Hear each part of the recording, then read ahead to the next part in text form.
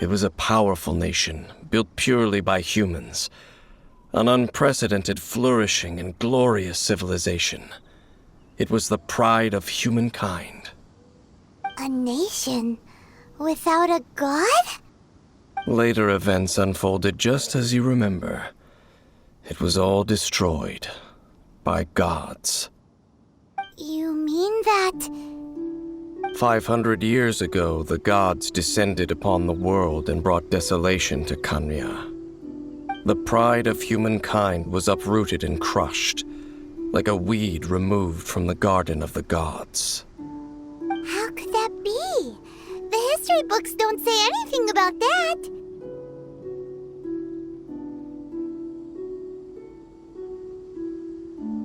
Yes, well, continuing to discuss the past now will only dampen our spirits.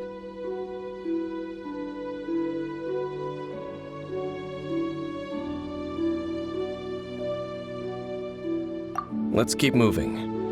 I will tell you more of what you want to know as we continue our search.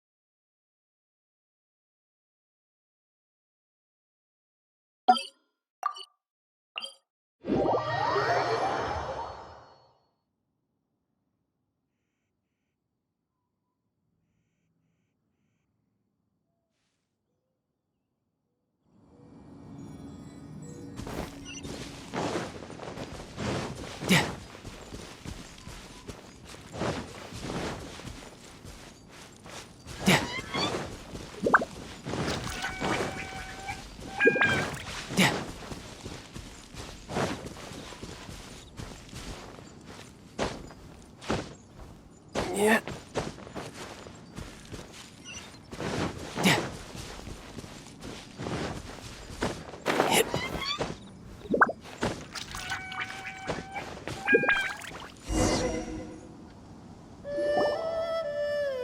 Over there! It's more ruin guards and abyss mages. Dane was just saying how these ancient machines are from Khaenri'ah.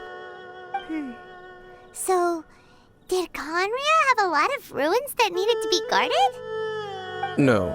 Ruin Guard is the name modern people have given these machines. No one called them that 500 years ago. These Ruin Guards were known as Field Tillers by the people of Khaenri'ah. Field tillers? What a strange name.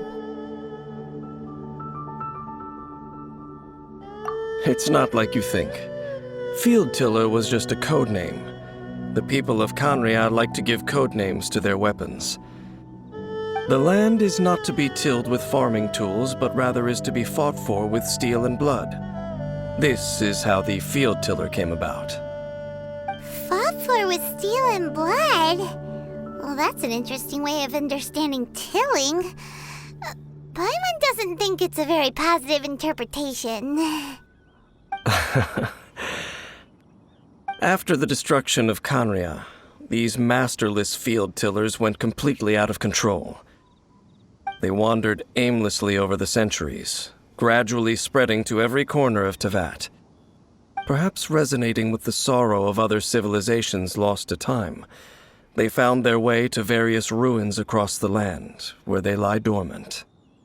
Well, that sounds so sad.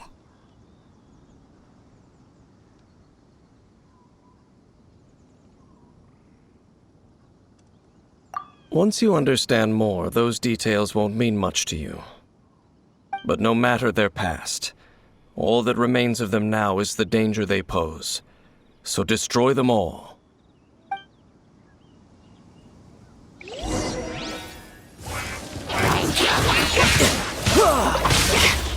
Shouldn't let your guard down.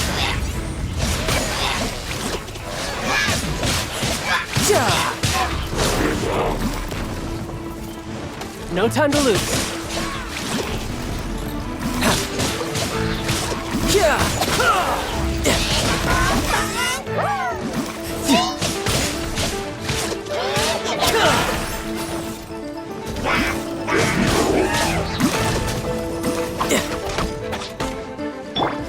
I will have order.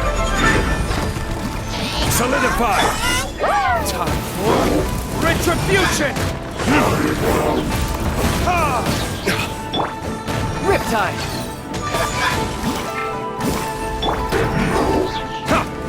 Time for retribution.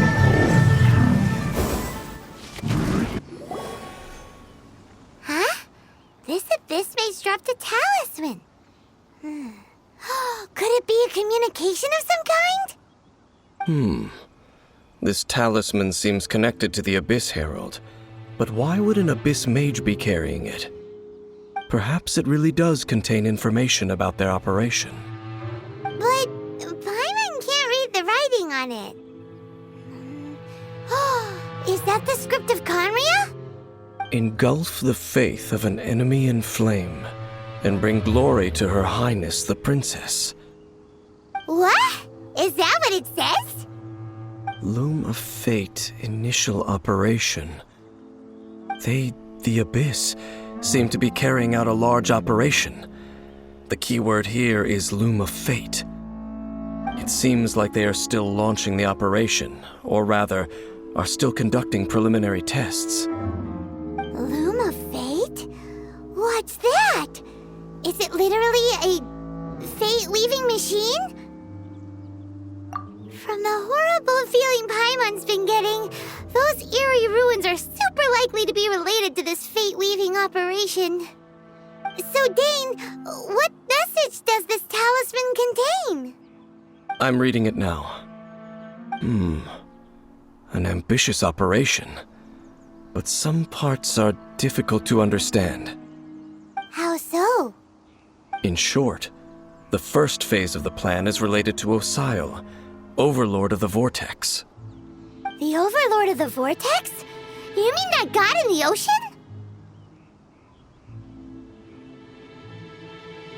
What do they want with Osile?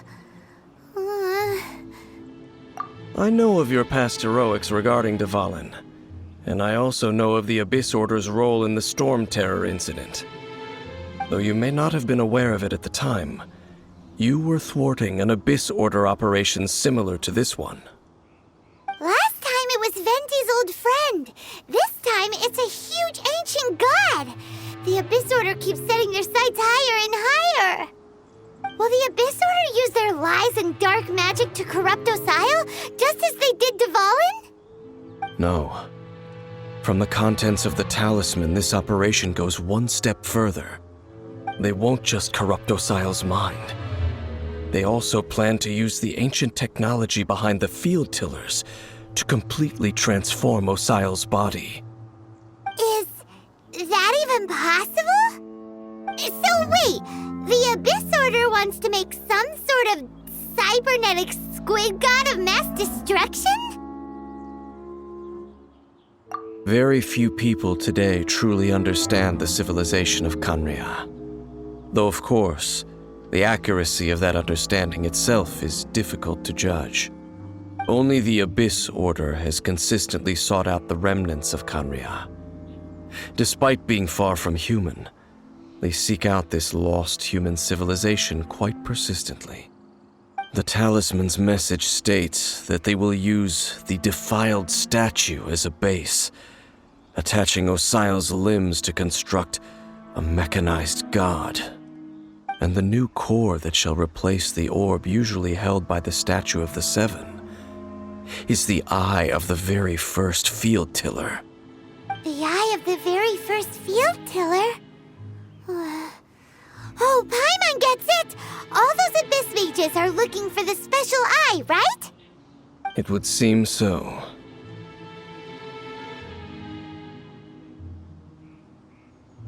This whole thing keeps getting more complicated.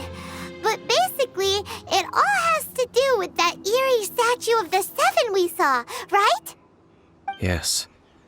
According to the talisman, the eye should be placed in the hands of the defiled statue, thereby imbuing the newly born god with the power to topple the divine thrones of Celestia. Oh boy, the Abyss Order sure isn't holding back with this plan. Since no one knows where the first field tiller is. How about we take the information about the statue as the starting point for our investigation?